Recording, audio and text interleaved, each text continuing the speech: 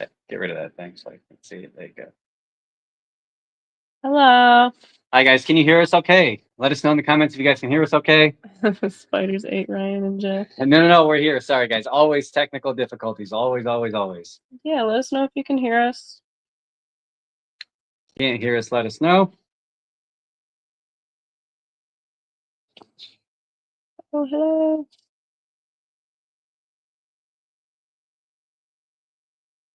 Yep, you're good. Awesome. All right. Awesome. Thank you. Okay. We always get. Hopefully it sounds okay. Yeah. It was like we were good and then we went to start and nothing. Every time something time. technical goes wrong. The good news is we can wave now. Yeah. Look at that. Without messing up the camera. Rob says, hello, America. Yeah, hello, Rob. I hope everything is good over there. I'm going to move this because I'm going to bump this. Spring is here. Time for us to shed our skin, prepare for new growth. Yeah. Thought a spider life-based metaphor was appropriate. Hell yeah. Oh, yeah. All right, here we are, guys. Hold on. Let me go live on Instagram. Okay, as soon as Jess gives me the go, we're going to dive into this. Project Safety Net has, it is blossoming just in time for spring, baby. I think we're live on Instagram now, too, and Twitch. All right. I think we're going to do Twitch now, too, guys. Heck so yeah, you it's can find us working. on Twitch. I think that's cool because you know what I think we should do is we should go on Twitch and just kind of like stream while we're working all day long. Kind of have a little camera set up in the corner. You guys can ask us questions, jump in whenever you want. I think we should start doing that. Yeah. It's unfortunate. I'm going to have to watch my mouth and things like that. But, you know, that could be kind of cool. We're just constantly feeding and doing all sorts of fun stuff. So, hello, everyone. Hi, guys. Awesome. Yeah, it looks like we're good on all streams. We're on Facebook, too. If anyone's on our Facebook live stream yet, welcome, everyone. 503 says I would definitely watch y'all on Twitch. Hell yeah. Yeah, we've been watching different streamers on Twitch ourselves, and it's been fun. I'm like, we should totally jump on this. I know we're like 10 years late, but hey. Rob did some feng shui on the house today. Nice. Heck yeah, tarantula addicts. Fans in the house, Redomancy. I don't know if I'm pronouncing that right, but welcome.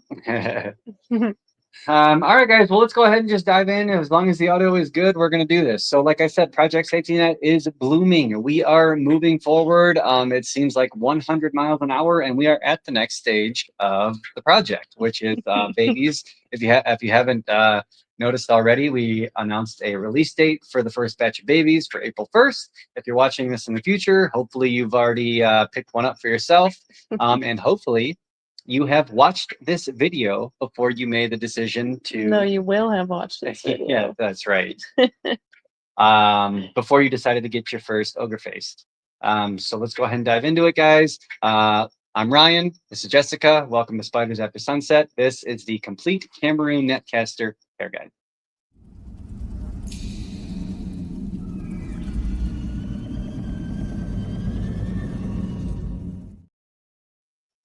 All right, so we're going to do a quick recap here, guys. So what is Project Safety Net? So back in, it actually really goes back further than 2024. This really kind of stems back from when we got our first ogre babies from Cameroon, just kind of like offhand in 2022. I think so. We received a list from an importer. The animals were on it, and we had just, it was just such a crazy coincidence. Like we were talking about them and we were trying to like, thinking like the animal itself would be a really cool mascot, blah, blah, blah. We ended up with them and it's just kind of spiraled from there. We had some babies in the past. We encountered many trials and tribulations with keeping them, even though they're not difficult, but we wanted to reproduce them. So we kind of, it's just been a wild ride ever since. And then in 2024, September, we just made the decision to actually launch this captive sustainment project.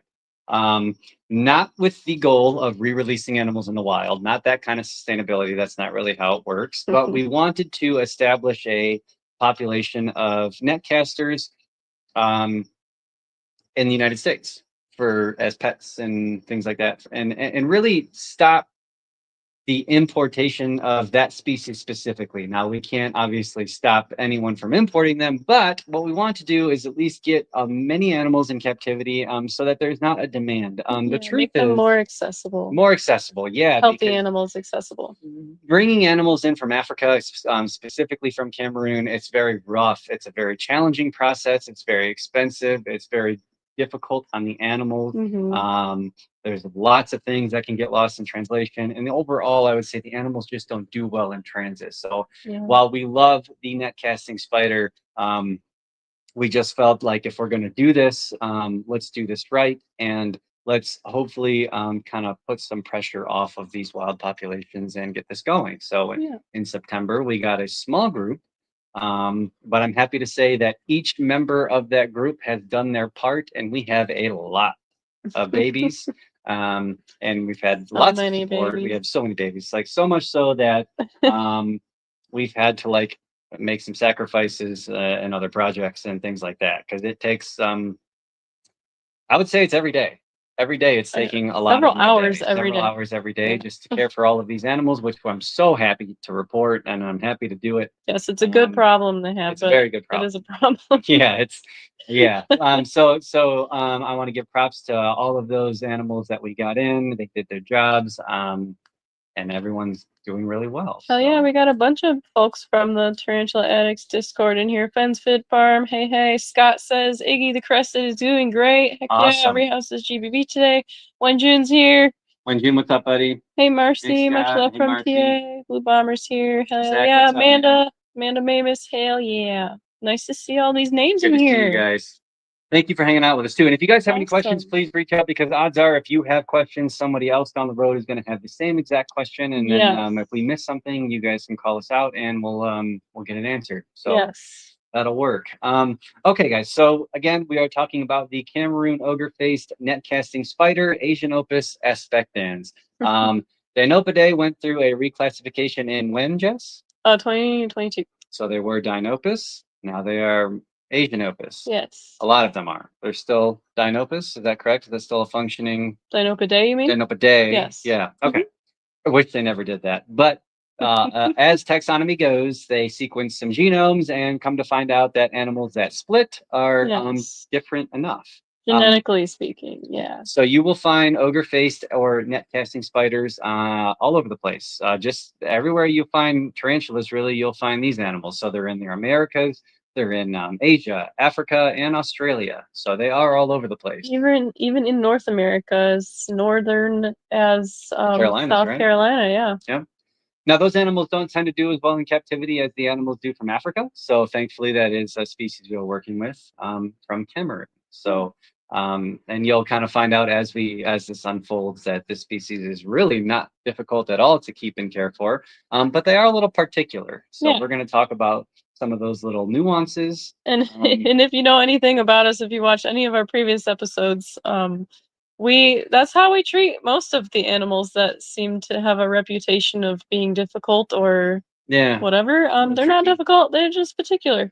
Yeah. So luckily we have done all of the hard work for you, I think, at this point. So pretty confident that we've kind of figured this out. And we're always learning. We learn something new literally every day about these animals.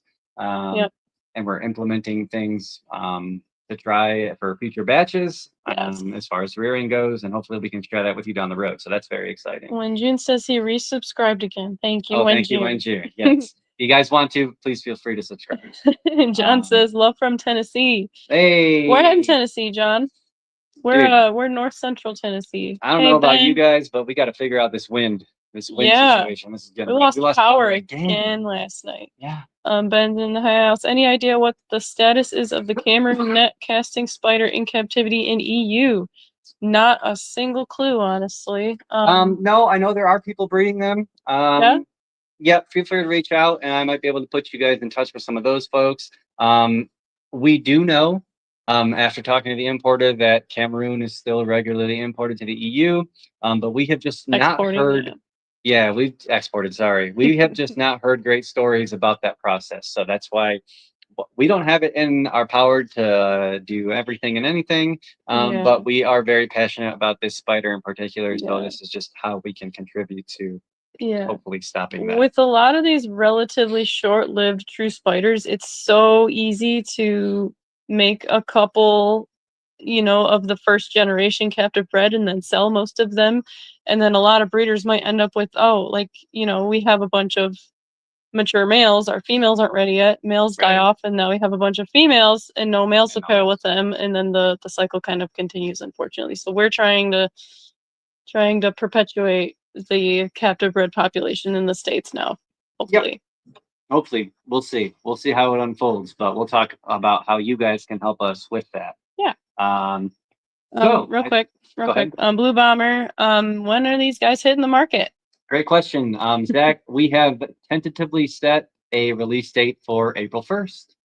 And then we'll have quite a few. And we'll kind of talk about that here in a little bit. We'll kind of talk about pricing. We'll talk about sizes and things like that. But April 1st is when we're going to release the first batch. And there will be many batches after that. Yes, as long as no tragedies happen. Yeah, no tornadoes, which it literally seems like at the time we're recording this, we are dodging a tornado every week. But there should be many future batches released. We have so many, probably 40 or more egg sacs, and most of which have hatched by now. So like each one of those, a good portion of those babies is going to be released once they hit 5th plus instar. Yes, and we'll talk about why we're holding on to them for so long. And we'll kind of show you how big they are once they reach that size. So John says close to Knoxville, got a blue leg baboon from you guys. Heck yeah. Nice. Awesome. So for Project Safety Net, guys, if you have any questions about that, you can go to marshallarachnids.com. Everything to do with the Ogre project has its own tab, Project Safety Net. Just click on that. There's merch, and then we're going to have this video will be there, as well as other care guides, and then obviously the product page for the spiders. So marshallarachnids.com. There will be a written care guide as well. I just haven't written it up yet. We will get there. So specifically, guys, Asian Opus expectans, which is the species we're working with, like we said, is native to Cameroon, and a few other sub-Saharan African countries. So they are pretty widespread, which is great. I like working with animals that are found in different habitats and kind of spread out a little bit. Yeah, more generalists. That generally translates to a better pet, for lack of better terms, right? So, and these guys have been very hardy, very resilient, much easier to keep than their South American, Central American counterparts, for sure. Few fun facts about the ogre spider, and this is kind of a generalization. So where they get their name, the ogre spider comes from their face, if you want to call it that. Obviously, I would say the most highlightable attribute to this animal are the two very large forward-facing eyes. Now, those eyes serve a very unique purpose. I think it's been studied, at least in Spinoza in the United States, and I think this is pretty evident in most Dinopidae. Those eyes are for gathering low light, and they're for catching prey items like on surfaces. So basically anything that does not take flight. And we'll talk about flighted prey in a minute. And something very unique about those eyes, and this is something to keep in mind, is those eyes every evening, the animal will start to build a photosensitive membrane in the eye. And that is to collect photons or light from the moon or other sources at night. And that is what they use primarily as their mode of hunting prey items. So that does serve a very important function. It's not just cute or ugly, depending on your perspective. It serves a very important function. And then in the morning, as the sun starts to rise, that photosensitive membrane is dissolved or reabsorbed, autolyzed. Maybe might be the word. Yep. So that's where those forward-facing eyes come from. And then something else unique is obviously the netcaster part of their name, which is their mode or method of hunting prey items. So these animals will spin kind of similar to how an orb weaver makes their orb or their circle of net to catch prey items. Yep. These animals spin a very elastic and very sticky, for lack of better terms, net. And they hold them with their 4 front legs. They hold that net with the 4 front legs, and they sit upside down, basically facing a surface. And essentially what they're doing is they're waiting for a prey item to walk by, and then they don't necessarily cast it, but it's I mean, it sort of is. They don't let it go. They don't let the net go. Yeah, They kind of use it to envelop their prey. And it is so fun to watch. It's so exciting.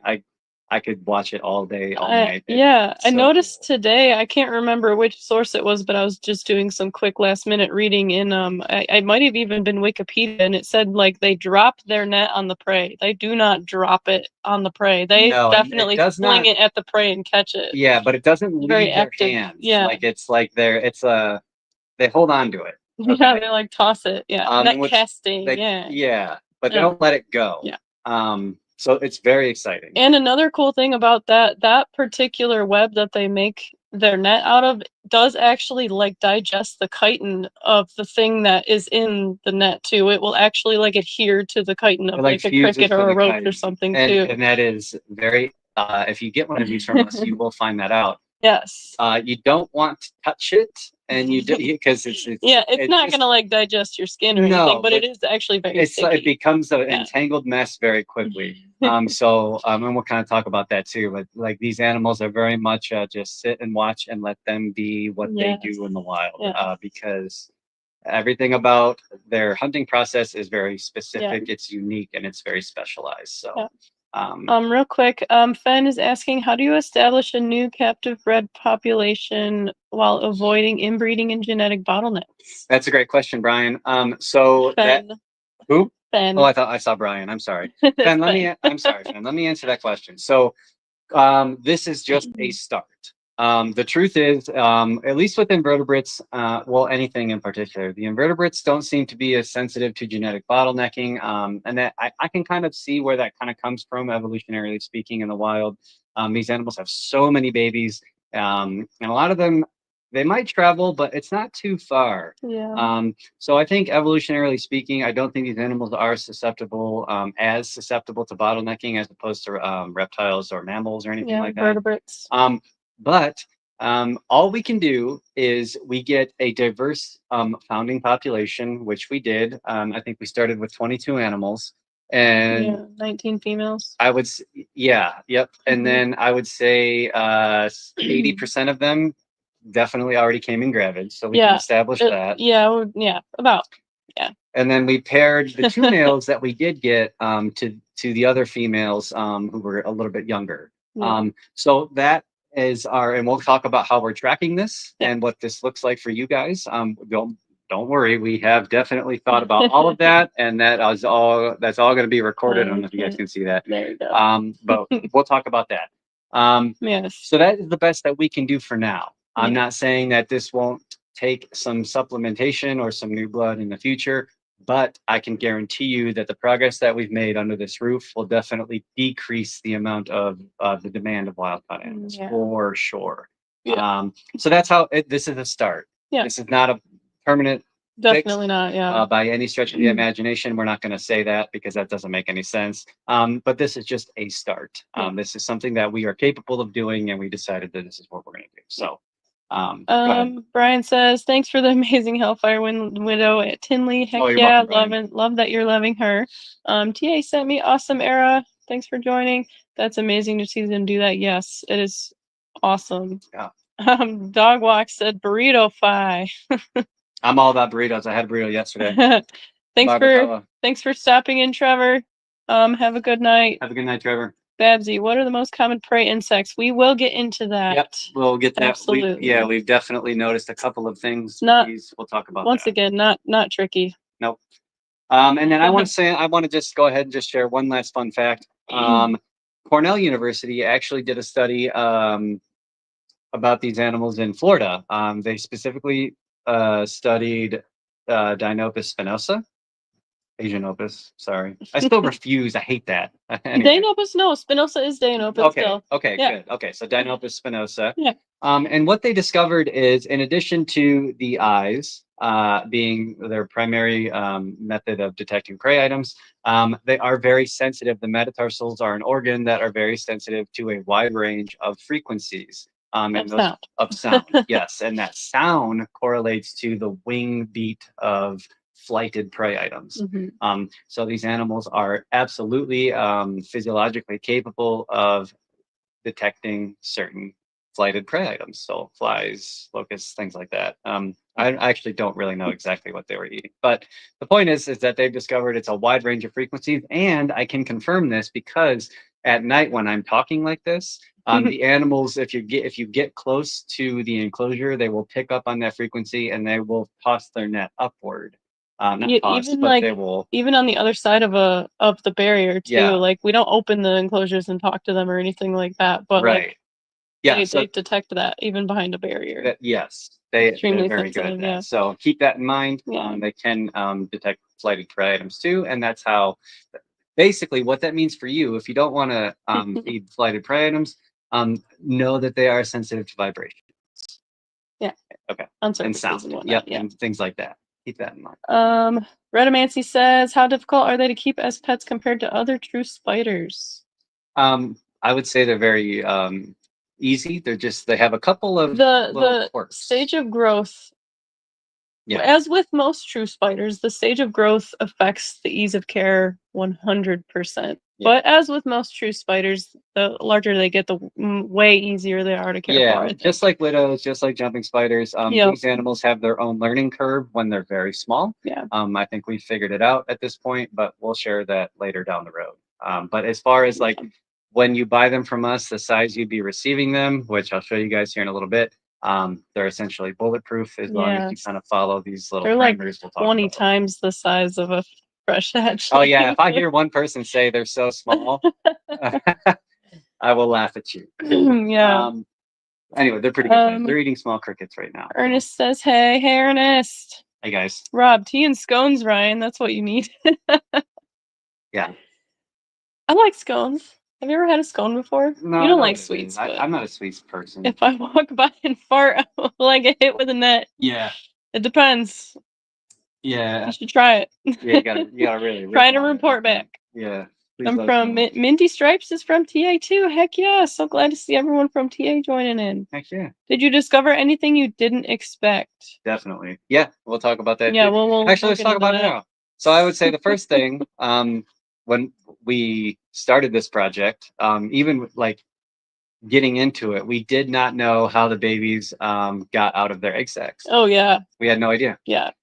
We were told that artificially they were being cut open at 60 days of incubation because that person didn't know how they were getting out. We heard rumors that mom would go back kicking around, and tear open the egg sac. We found that to be false. There's no way that happens. Which when we heard that didn't really make a whole lot of sense to us either, just based on how they go about. Yeah, most of the sacs they cached them in, or I wouldn't even say most, maybe half the sacs they cached them in spaces where we would never even see them go back to it, as if they potentially weren't even like they're spiders. They probably don't have that long of a memory span, or no, like clearly like those. What they're doing is they're camouflaging the egg sac and then they're stashing it to where it's out of risk of predation. Everything. And that they're going about their business. So, but by accident, we found out that the animals, the babies, do in fact tear out of the egg sac on their own. They do a perfectly circular hole. It's very tiny. You can barely see it, and they crawl out on their own at about on average 75 days. Right? Yeah, depending pretty heavily on the temperatures, but the average seems to be about 72 to 76 days. Yes. Yeah. So we did find that out. Yeah. And then the biggest learning curve I would say after that was what to do with them at what life stage, meaning how do you house them and what do you feed them, because they are very particular. So the biggest thing we found out, and this is for later on down the road, we will definitely do another video once you guys are ready to start breeding. Yeah. We'll talk about this later.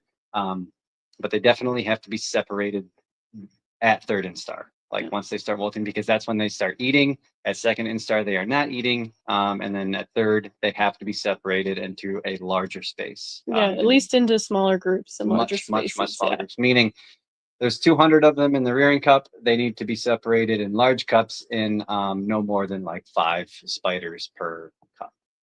Realistically, probably like 2 or 3 spiders per cup. So we found that out. So that was a fly. Swallowed a fly.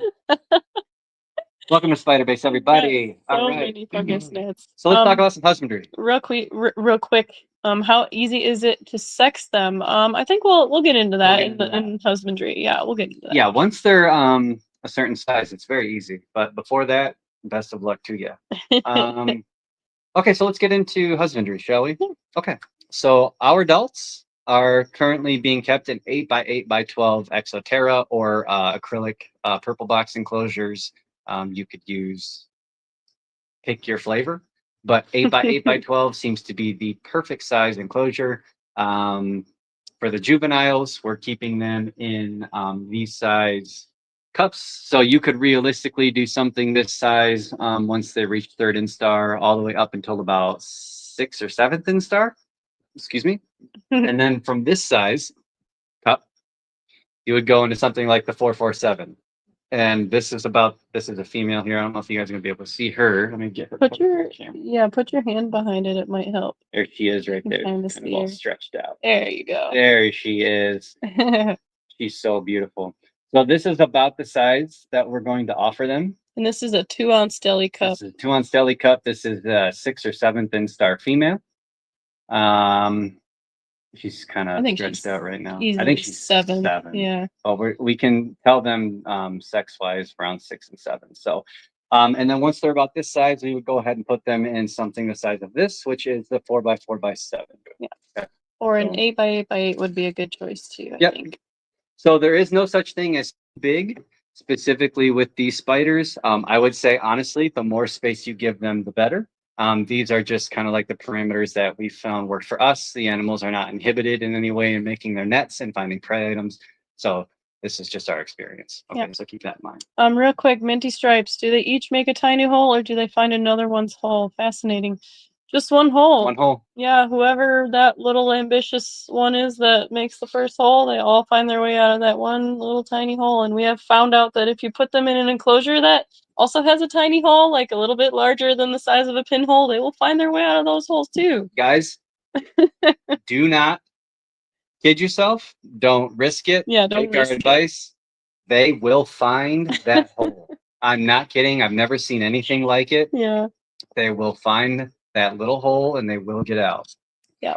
Which is very interesting because they're very awkward spiders. That just you'll realize in their mobility, they just kind of bumble about. Yeah. But man, are they good at finding holes. They testing gaps, yeah. And finding holes. Yeah. So don't kid yourself. So as far as enclosure setup goes, and we're going to talk about the kits here in a second. It's pretty basic. We use a bioactive soil that retains some moisture. As always, you're on my channel, so I can say this: do not use coconut fiber. Coconut fiber is garbage. Throw in the trash. Use a good soil. We have Megamix. Megamix works great. And then simply all of the enclosure decor that we use is this. I know not everyone might have access to this, but something similar to this. Plenty of places where they can feel, where they can camouflage and blend in. And then also notice all these little crevices where they can spin a net. Okay, so this is what we use. And we're going to have these for sale. If you guys have this on your own property, that's fantastic. Just make sure it's pest and herbicide, pesticide free. But this is just a simple oak branch, dead leaves. And this seems to be like literally perfect. So literally. And that's really it, guys. Fake silk plants and plastic plants would work too. You can use those too. Yeah. I would say honestly, guys, they're really not picky. Yeah. Give them some surface area. A matrix, give them some sort of surface area to you have to think about too. So what they're doing is they're using their eyes and they're waiting for a prey item to crawl across that surface.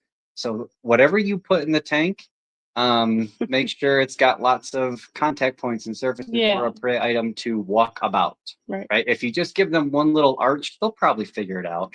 But you give them multiple places for lots of little bugs to crawl on lots of surfaces, you'll have a much happier ogre spider. Okay. Real quick, wonder if their ability to sense vibration helps them sense a draft coming from the hole. I guarantee you, yeah. Essentially that. They also, when they're at second and even third instar, when one spiderling starts moving, they kind of have like a ripple effect and they'll all kind of start moving really too. Cool. So really cool. The activity inside the sac might have a good significant impact on that too. Yeah.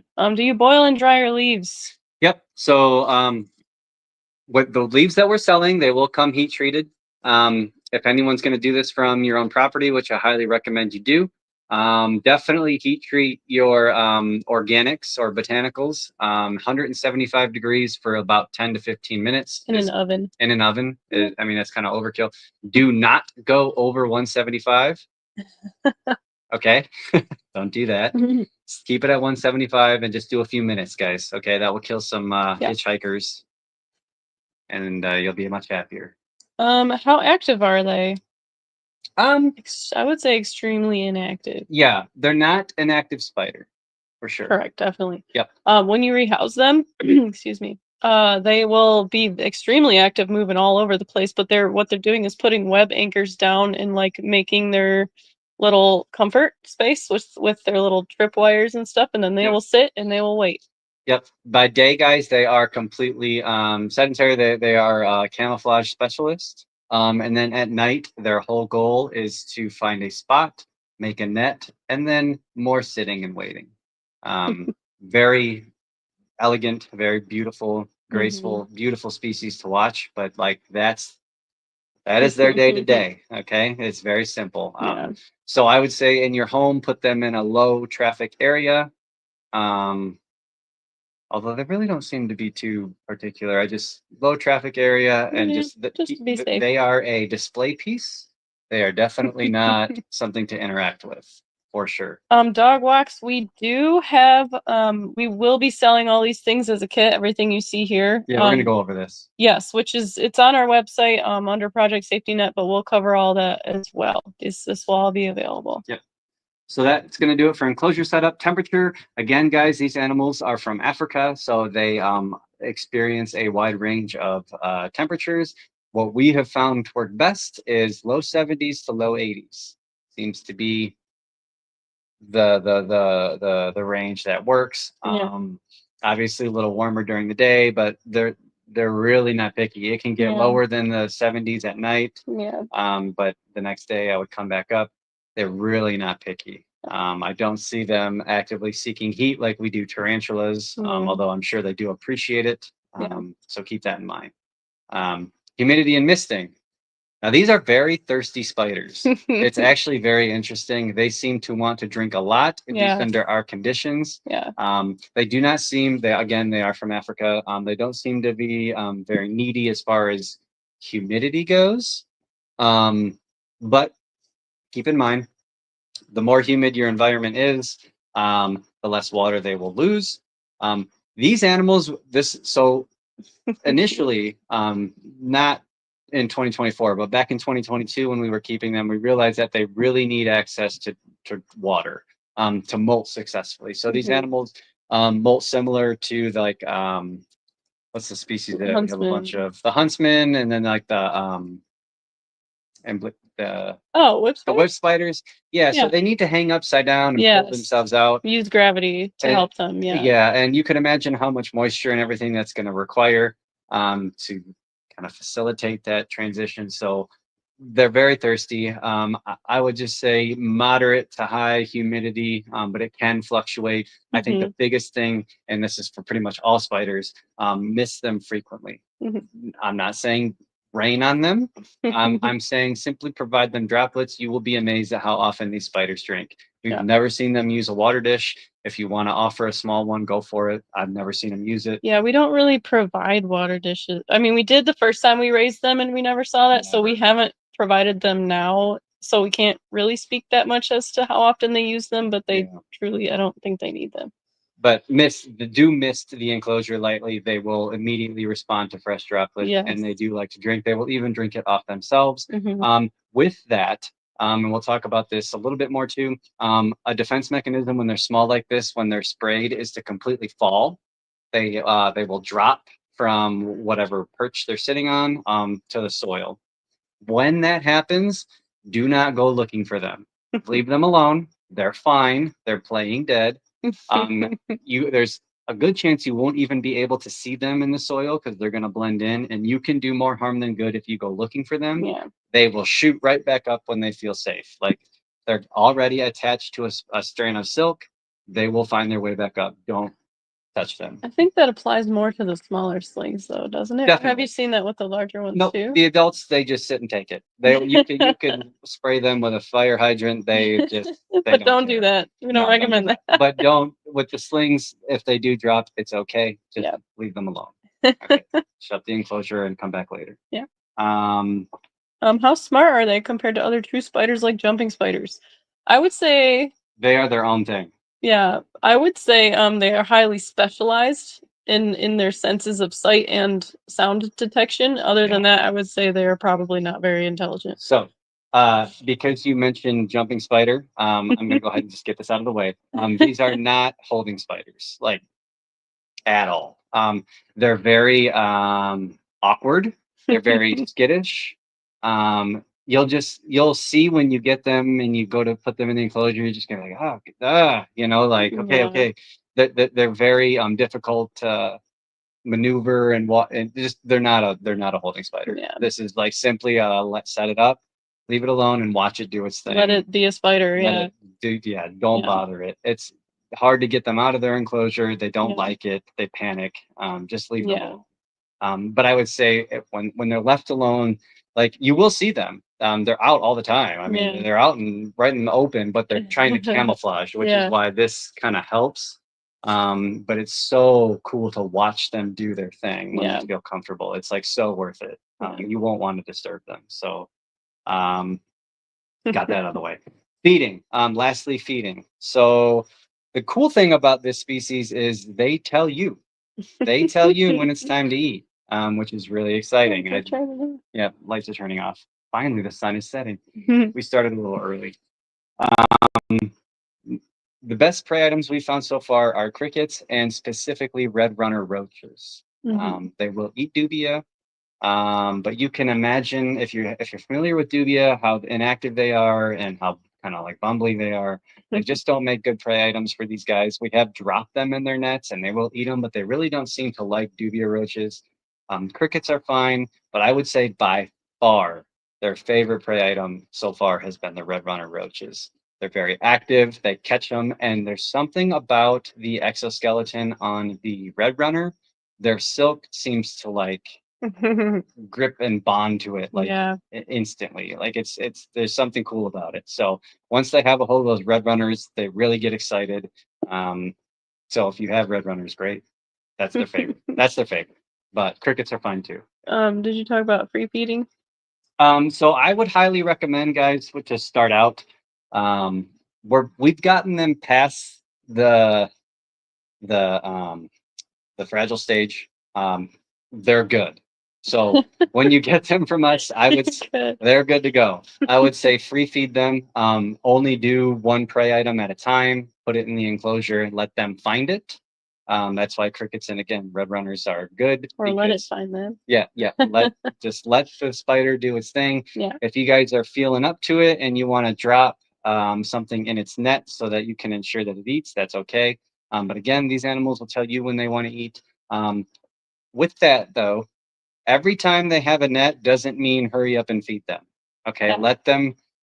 Again, we want to prolong their life, and it's just healthier for them to not like rapidly feed. They're not tarantulas, they're not snakes. Like let them go a good stretch without eating sometimes.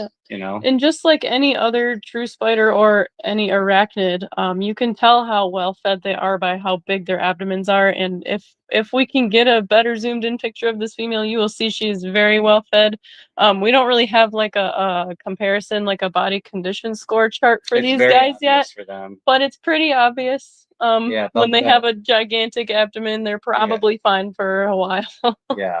Like their abdomens, because we've seen emaciated animals that come in from the wild and they haven't eaten, and they look they're like shriveled up. And, these ladies have curves, and even the males have curves, and it'll be very obvious to you when you finally get your animal from us. So, I would say free feed them, let them eat on their own. It's good for them. It's fun for you. Now we got to talk about. We didn't put it on the list here, but we need to talk about lighting. So obviously we talked about their photosensitive eyes. However, I think we found that these animals aren't too particular about that. Now they definitely need a dusk period to build the membrane, and they do hunt at night. So keep them in an area like if you have an indirect, kind of like an ambient room light across the room, it might be okay. But do keep in mind that the photo period, the sun going up and the sun going down, is what triggers them to be what they are, which is like a nocturnal predator, right? So they do that the eye is meant to hunt in complete darkness, um, but they will still hunt. They will still hunt during the day. Sometimes they abandon their nets. Sometimes they come back to it. Sometimes they stay at their net all day and all night. And they will still hunt during the day. So just keep that in mind. But do respect them. Definitely give them a photo period. Give them a nighttime. Things like that. So if that doesn't work for you guys, like this is not like a living room pet, in my opinion. I don't. Or even a bedroom pet, maybe. But yeah, you could do a bedroom, but like let's just say like you like to play video games at night and you have a computer monitor on. I'm sure that's fine. Yeah. But don't have like a whole room light whole on light, and things like that. Like the animal will be inactive. So come on. keep that in mind. Real quick, had a house spider roll down the stairs after it got freaked out by the dog, got to the bottom and had a run Forrest run moment. Oh, nice. Tyler says, great seeing you guys in Tinley last weekend. We'll order from you in the future. Awesome, Tyler. Yeah, thanks for coming out, man. And thank you to everyone who came out to see us at Tinley. That was so much fun. Yes. Like, seriously, best Tinley ever. That was awesome. Yes. Thank you guys. Heartless Inc. says, I hate how much people try to feed jumpers. Let them go for a minute. Always give them that breather on the food, for sure. Definitely. For sure. I know it's exciting because these, especially the netcasters, the make them, they go through all that work. Very fun to watch them eat. It's like the coolest thing about them, but let them hang. Yeah. Literally, let them hang. Yeah. Don't let them, don't just feed them every time they make the net, because if you do that, the animal's not going to live very long. It's going to be fat, it's going to mold, they could have problems. Just don't do that. Yes, and another thing to keep in mind that I don't think we mentioned, if these spiders don't have a net, like actively don't have a net, and there might be some like straggler feeder bugs in the enclosure, especially if they're fat, they might be getting ready to molt. And just like any other arachnid or invertebrate pet, those crickets and those things, they can, they can disturb those things in molting or even prey on them if they're really don't leave prey items running around. Yeah. So that's why I'm saying one at a time. Yes. Very wise to wait till they have a net to feed them, and even then, sometimes. And then if they're not making it, very important to mist. So I didn't even talk about our frequency. We do lightly mist just about every day, lightly. Yeah. And that's just to provide the spiders with something to drink, and we recommend you do the same. Yep. Okay. Yep. One more second. Chili Mulgado's here from TA. Heck yeah. Nice to join, yes. Would a bedtime shelf curtain be a good idea, like how you put a blanket on a bird's cage at night? Yeah, I wouldn't cover I wouldn't blanket the enclosure itself because, airflow. Yeah. But if you had some sort of drawstring or something just like that, one wall to block the light. Yeah. That would be that would be good. Yeah. I would do that. If you anticipate like turning your bedroom light on or anything like that during the nighttime, I would consider that. You gotta think about it too, like they're again, they built this membrane that's like, I don't know how many times more sensitive than the human eye. And then you could imagine like, okay, I'm gonna hunt, and then boom, the light comes on. Like it's like I could only imagine how that feels, so gotta keep that in mind. Okay, so I think we're ready to go to like receiving your first ogre. Right? If you guys have any questions on husbandry that we didn't cover already, let us know real quick, and then we're gonna start talking about the whole process here. Yep. So we talked about April 1st is when we're going to release the first batch. We're going to have sexed males and sexed females. And again, they will all be roughly this size. Let me get close to the camera again. Which is, I think she's about 1 inch, maybe slightly less than 1 inch leg span. So you're looking at her belly right now. We'll tentatively say 3/4 inch plus leg span. She is beautiful. She's perfect. In fact. I cannot wait for you guys to see these animals in person if you haven't already. They're just perfect. Okay. So in addition to that, you can pick male or female. I guess we'll talk real quick. If you pick a male, roughly at this stage in the project, so I mentioned this earlier, but we'll talk about it now. At this stage in the project, we are specifically appealing to people who want to work with us and want to continue this project. And by that, I mean breed. Help us breed and work with us and work with other keepers. And that's where we're at. Or even like help create content, help spread the word. Help spread the word. Yeah, things like that. Because this is a very critical stage. This is where like all of our efforts kind of go out to the community, right? And we really want to do everything that we can to help ensure that our efforts and for the sake of the animals, kind of like we just draw this out for as long as possible. So we have sexed males, we have sexed females. You guys can pick which one you want. And then in addition to the females and males, we will have, if you, right now during the project, you will have discounted rates on kits and merch, things like our Nightbringer shirts, our Lightcaster prints, things like that. You'll have discounts for that on the drop-down menu. And then, should we just talk about the record keeping? Yeah. So every spider that goes out, we're going to do two things. Number one, all the data is going to be put into a spreadsheet. It's going to be an ever-changing, kind of like a Google Doc, I think is what we're going to do. And we're going to log, this will be private to us and only to us, but whoever, your name, your batch number, your contact info, things like that. So we know, we're going to know who gets what. And that, again, we'll stick with Marshall Arachnids. I mean, we have that information anyway, so it doesn't matter. But then in addition to that, when you buy from us, every spider is going to come with this card, okay? It looks like this on the front. Okay, and what you can see here, you got your Latin name, you have hatch date, you have sex, and then you have a group number. And then marshallarachnids.com if you forget where you bought it from. And what this is for, we want you guys to hang on to this. Eventually, we will offer unsexed animals too, and that will be denoted here under sex. But you guys can hang on to this.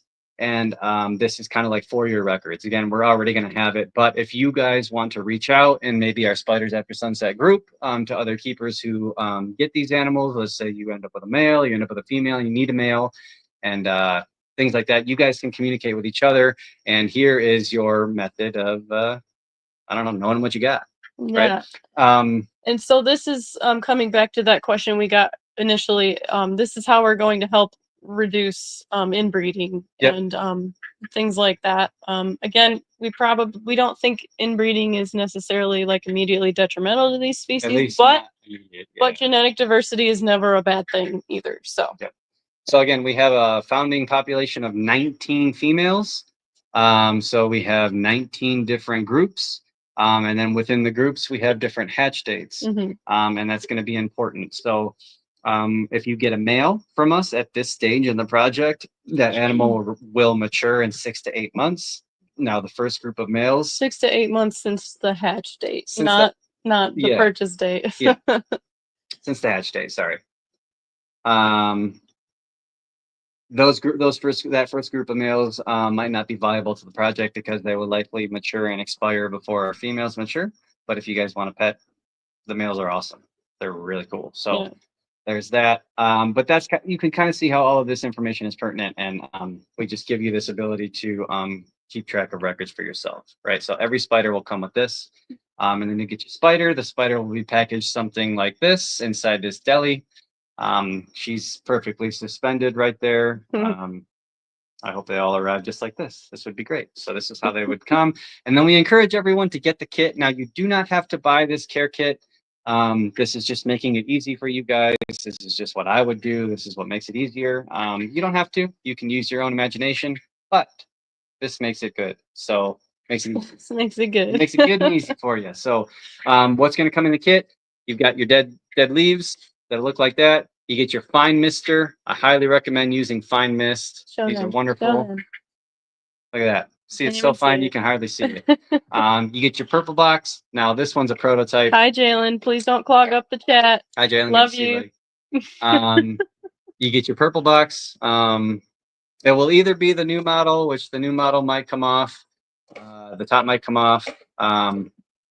But if not, it'll be the old one. It's probably going to be the old one for a little while. When you see the picture change, it'll be the new one. I don't know how else to describe it. I have the old stock now, okay, and that's probably what you're going to get. And then you get your Mega Mix soil. So what I'm going to do is we're just going to pretend that your order arrived. You've got your card. You've got your spider. I'm going to go ahead and just build a kit so you guys can kind of see how I set up their environment. It's really not difficult. There's not much to it. But I'm just going to show you how we do it. And then while Ryan's doing that, we got a lot of folks commenting. Yes, we are down for breeding. Heck yeah. Ernest says I'm down. Would love if all breeders gave a card like that. Heck yeah, that was Ryan's idea for once. Usually all the good ideas are mine, but this is true. This is all Ryan. Rob says I only keep teas as pets, tripping over breeders over here, but I love the breeders that keep records. Awesome, awesome. Yep, and if you guys again, Project Safety Net is not just for breeders and everything. Yeah. This is a process, and at this stage, we have to ensure that it has longevity. So we're appealing to breeders now. But if you just want a pet, we got you. Don't worry about it. Like, we'll get there. It's just right now in this stage, we have to work with folks. Yeah. We have rolled the dice and put all of our eggs in one basket, so to speak. Now it's time to put the eggs in your basket and other people's baskets. You know what I'm saying? Distribute the eggs. Distribute the eggs so that they're not all in my basket. And something I do want to point out as well, it looks like our sex ratio for all of our babies right now seems to be heavily skewed towards females. Definitely. Which is a good problem to have. That means we might end up holding back a lot more males rather than distributing them.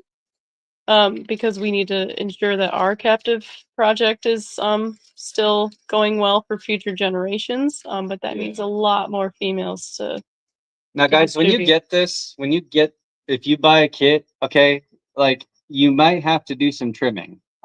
There's no way I can like make this all fit nicely.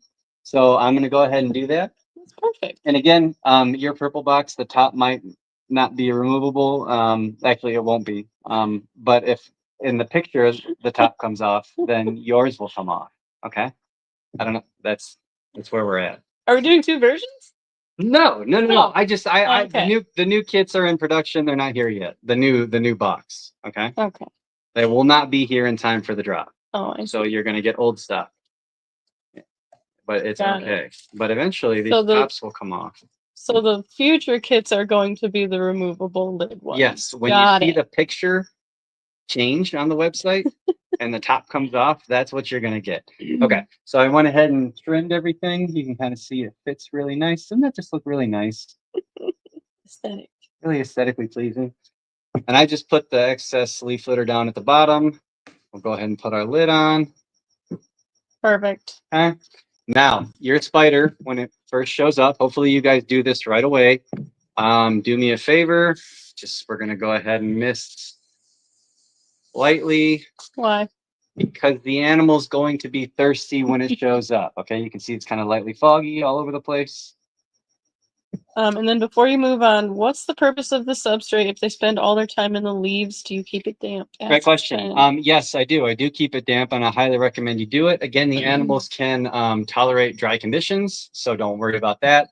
But again, these purple boxes, this is another reason why I highly recommend you get a purple box. It has great ventilation all the way around. So I would water the soil and don't worry about stagnant conditions in a purple box.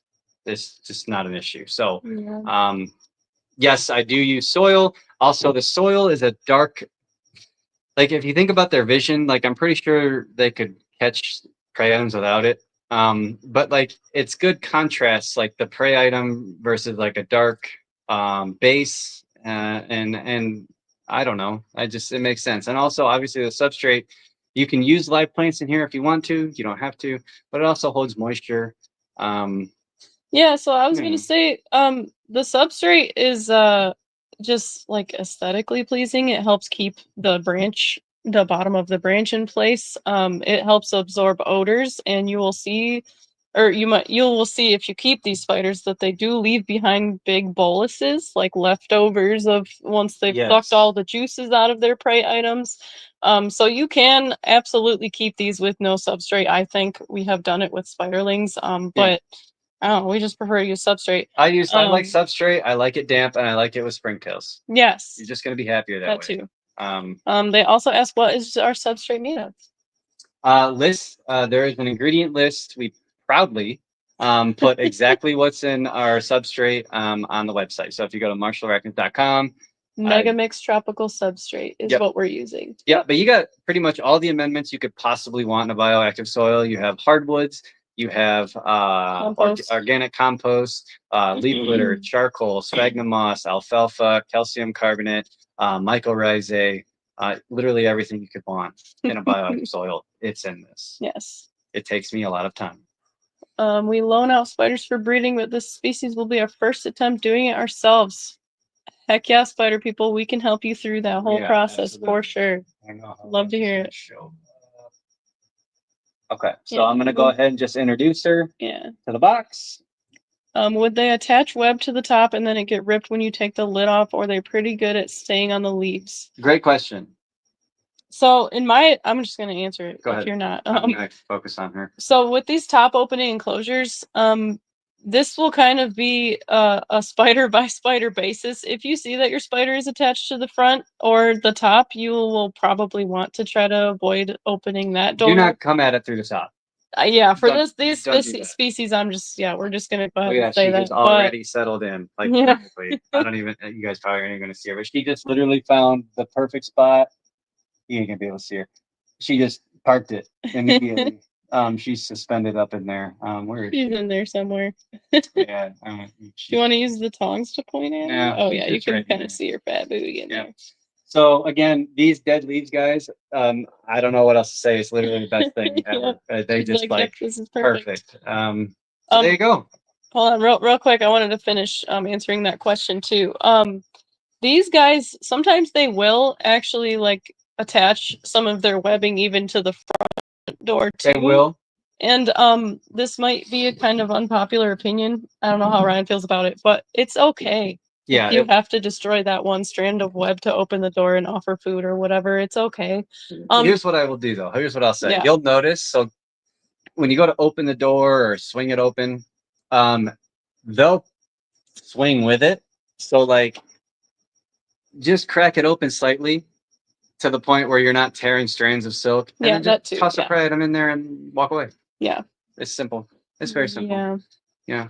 But it'll be okay if they'll figure it out. But yeah, most of the time when we've had to at least disturb them, I mean, I wouldn't say we destroy their webs very often, but they don't tell, like I'll go to access this and they'll kind of move with it, and it's like, okay, there's a strand of, so I'll just open it just a little bit and then I'll throw a cricket in there. And a lot of the times they won't like continue to attach their webbing to the front. I've noticed in the ones that we keep in the sliding door enclosures. See how like busy and obnoxious this is? Like all of these different anchor points will prevent them from doing that. Like you're giving them somewhere else to do all that. So this is the perfect size enclosure for that size spider. A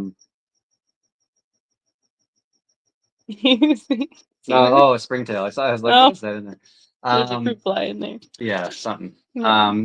So that's what I recommend. I mean, this is great. And I don't know, how long do you think that they're going to get out of this box? Because in addition to this, guys, we'll also offer kits, the 8812, which will last you the lifetime of the spider.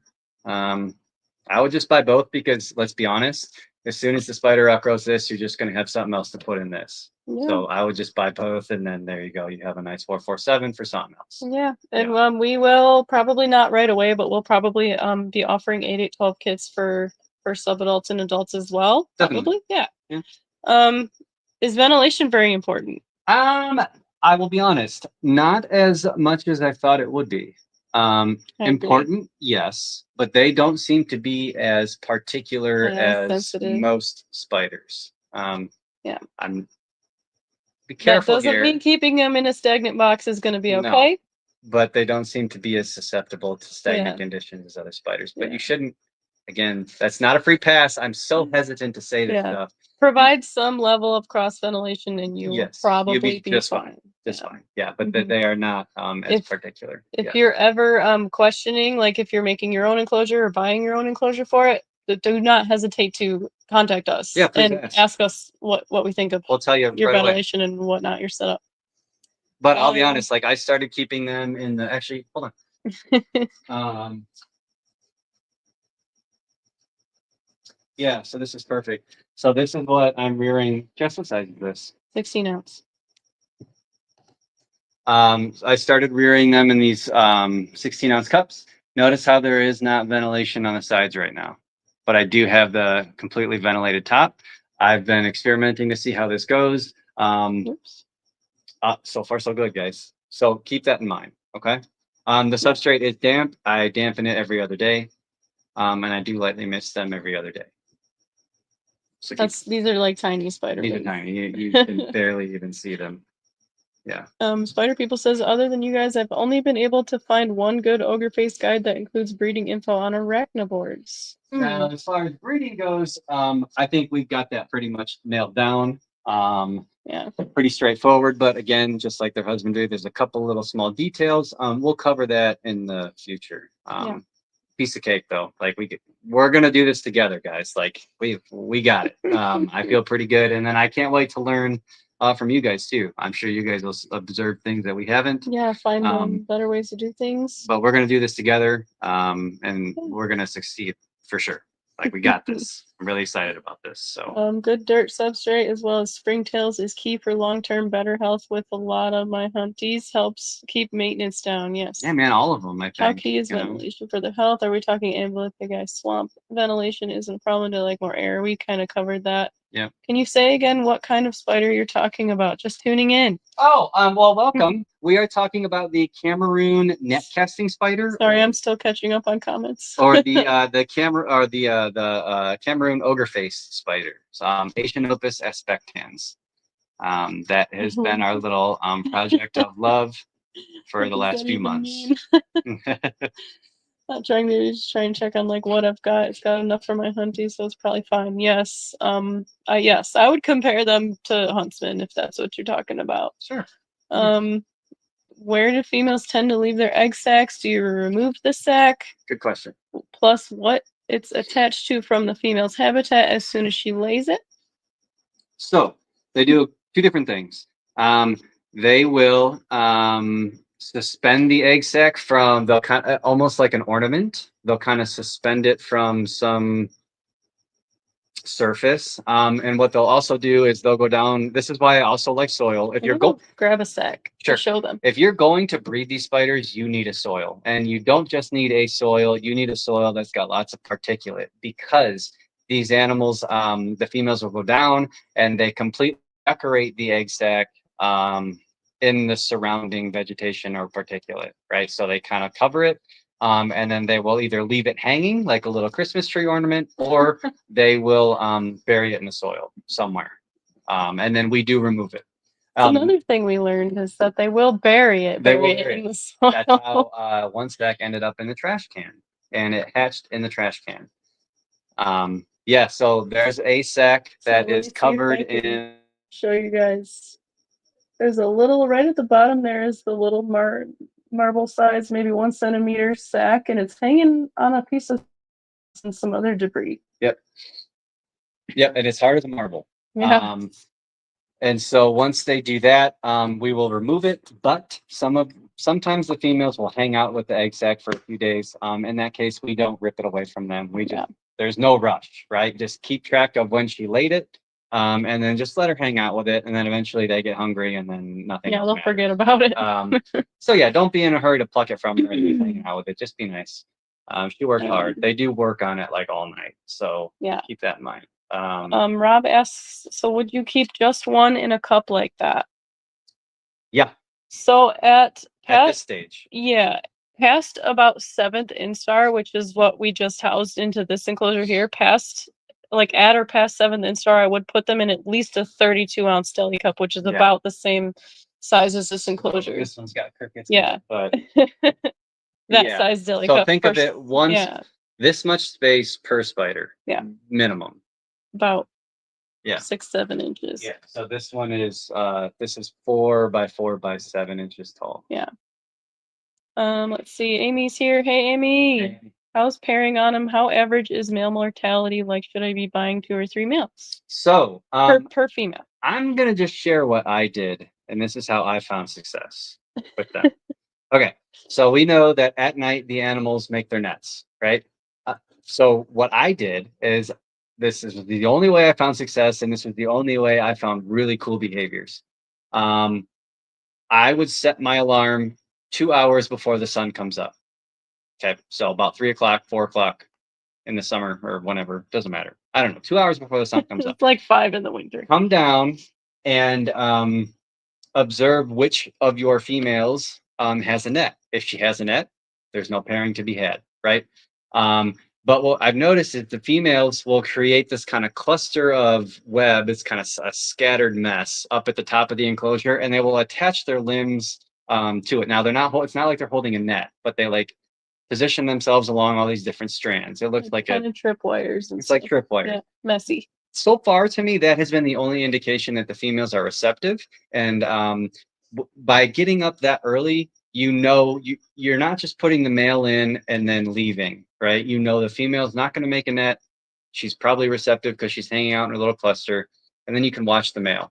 The interaction between them is pretty immediate. Yeah. Bizarre. But that's like the safest way. Now watch the whole thing unfold. Do not walk away. And then you'll see the female or the male will position himself kind of along one of the strands, and he kind of like jolts it. Or no, it's more like this. But he'll communicate with her in that way, right? He kind of jolts like that. And then the pairing is so fast.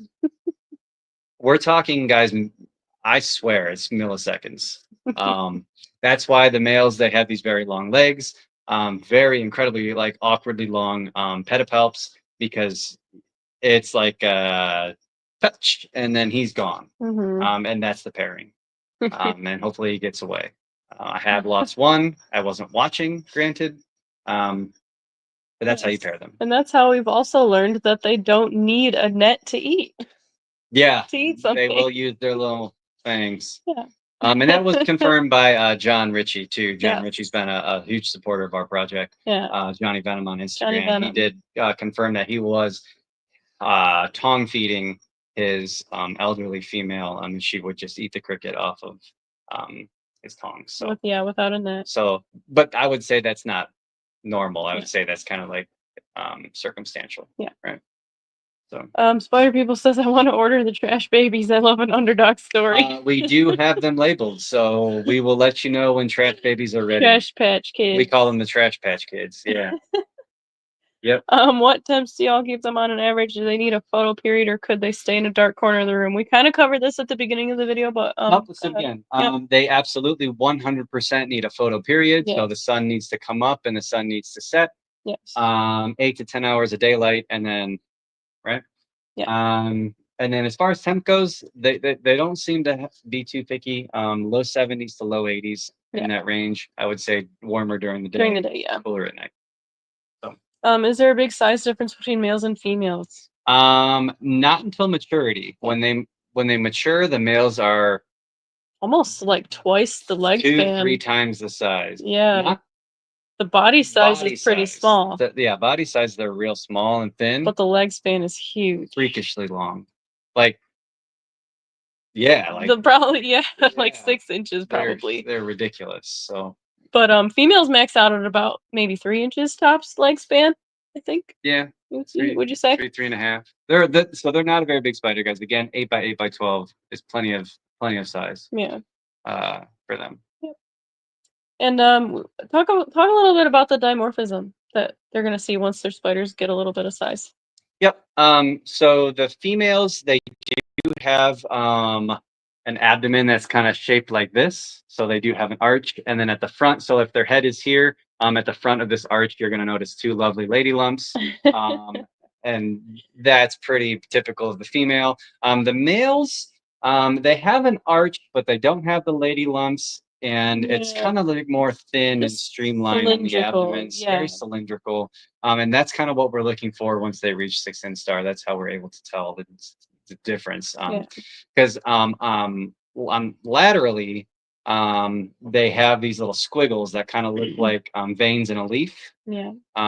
They both have them, but yeah, we're just looking at different shapes. But as far like size wise, pretty much the same. The carapace is a little different. Yeah. But they still have the little horns above the eyes, supraorbital processes. I don't know what you want to call that. It doesn't matter. Yeah, supraorbital. Would a longer photo period be problematic? Yeah, probably. I guess it depends on what kind of longer we're talking about. But, yeah, don't give them too long, guys. I mean, give them 8 to 10 hours of daylight and then nighttime. Yeah. Yeah, if you can't do that, don't get one of these because it's like they're very clearly like very cyclical and very specific. Yeah. I mean, and that's just how they've evolved to live. So if we can't provide them with that, I would say like right now with all these lights and whatnot, like all of our animals are behind us, behind a screen. Yeah. This is about the time where I need to turn this off and get her out of here because she's going to start wanting to build that membrane. And they rely on those cues, those triggers to be like, oh, it's time to eat. It's time to be a spider, right? I will say that like a longer photo period, 1 or 2 nights is not going to harm them. I don't think so. You could always try that and see if they still build a net once the sun does set or your lights go off. And if they're not building a net over time, then you'll need to modify your photo period. I'm sure they will.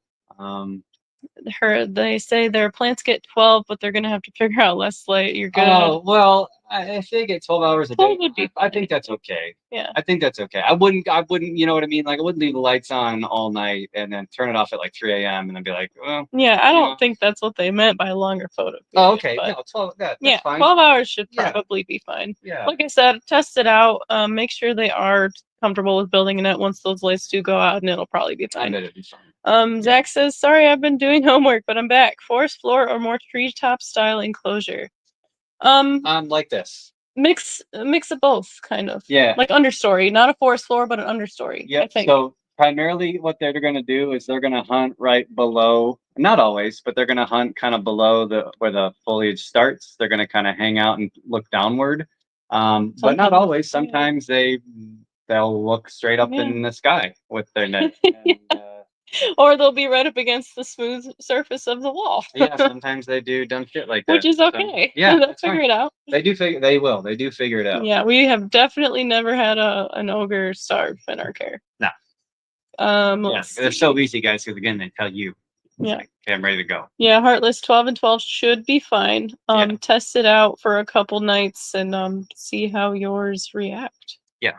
And you might I think that'll be fine. Yeah. I thought you meant like leave it on for hours and hours and hours. No, I wouldn't do that.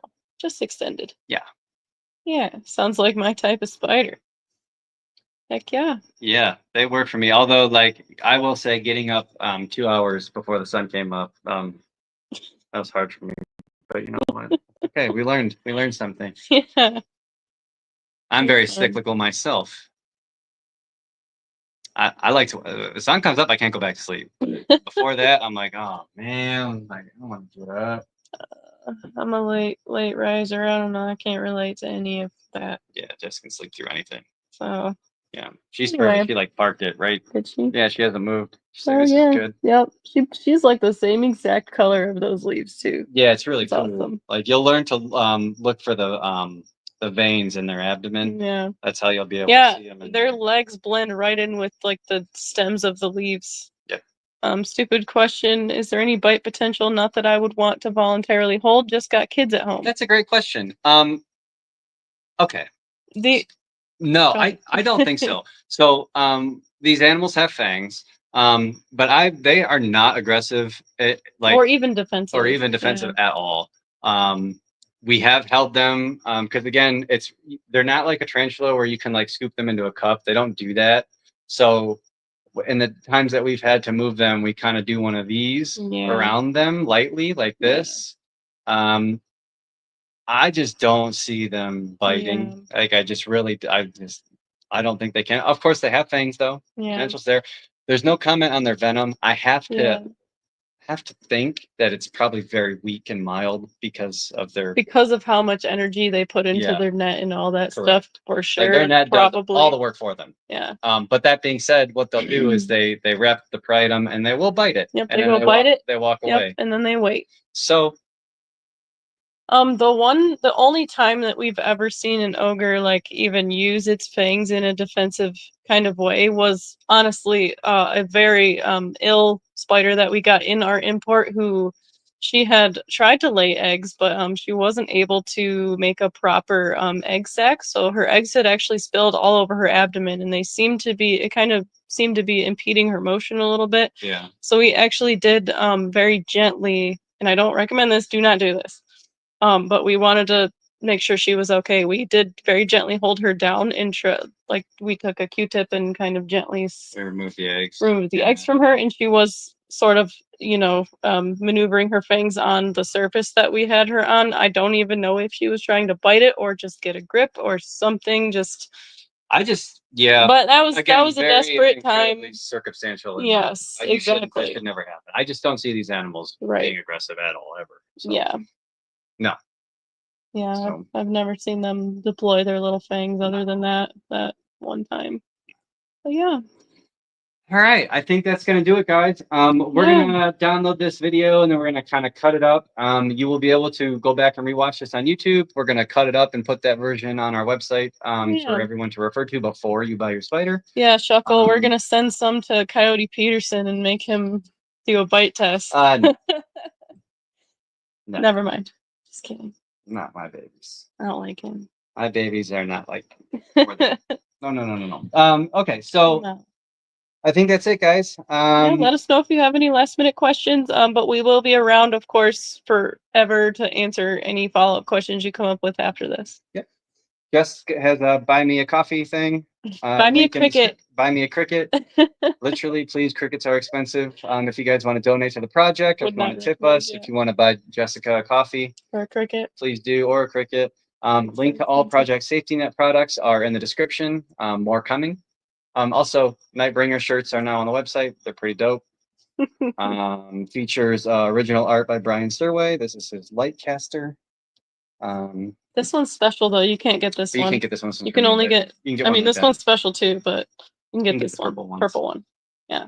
All right, guys. We love you so very much. I cannot wait to share these babies with you. I cannot wait to work with you guys.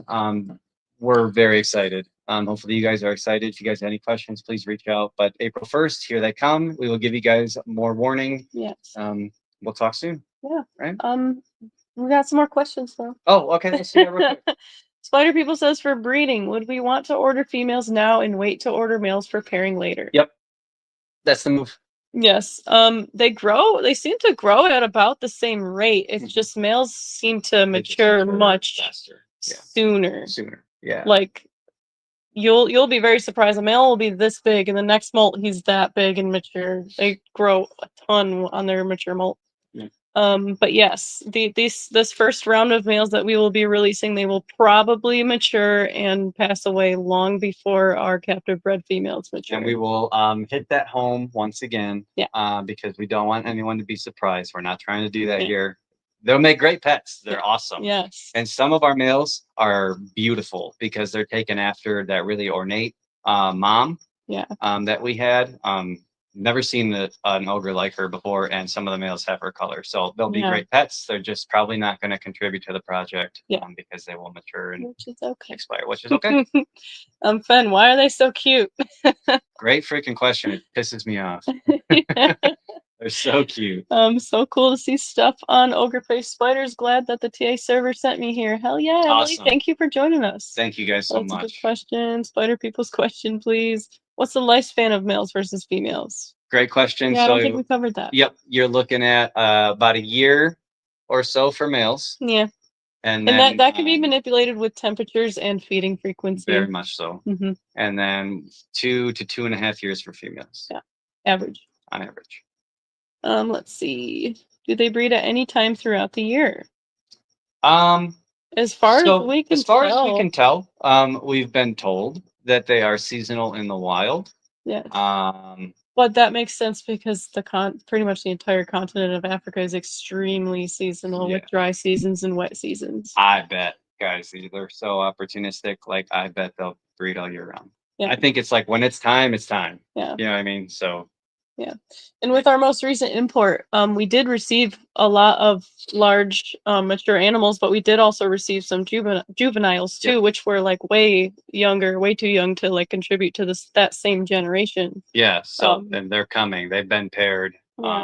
So keep that in mind.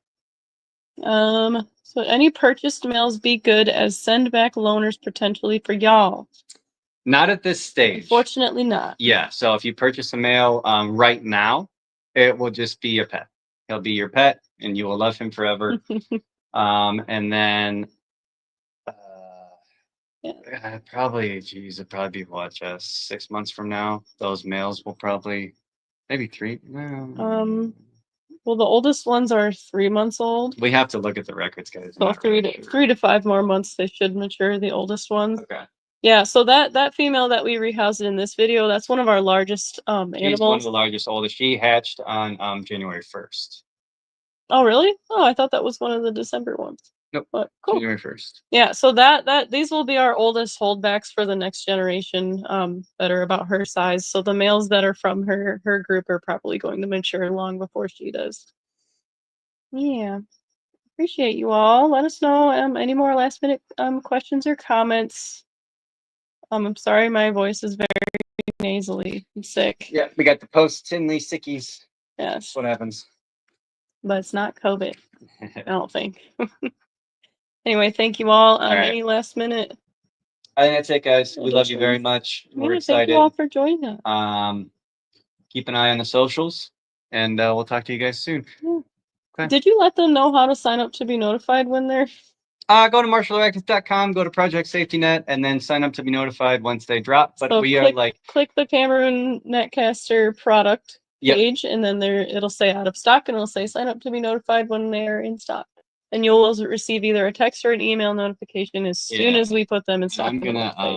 I will tell you guys what like day of and then like the minute of I will post on the social medias and let you guys know, because I know some of you are about ready to kick the door down. Yes. I'm excited about. And for the first round, we're hoping to release at least 40, right? Yep. 46 animals. Hopefully there'll be a handful of males. Most of them are females. Hopefully be a good number that we won't sell out immediately or anything like that. Yeah.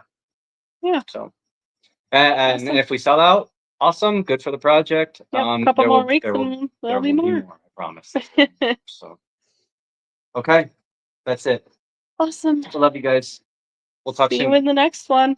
Bye. Bye.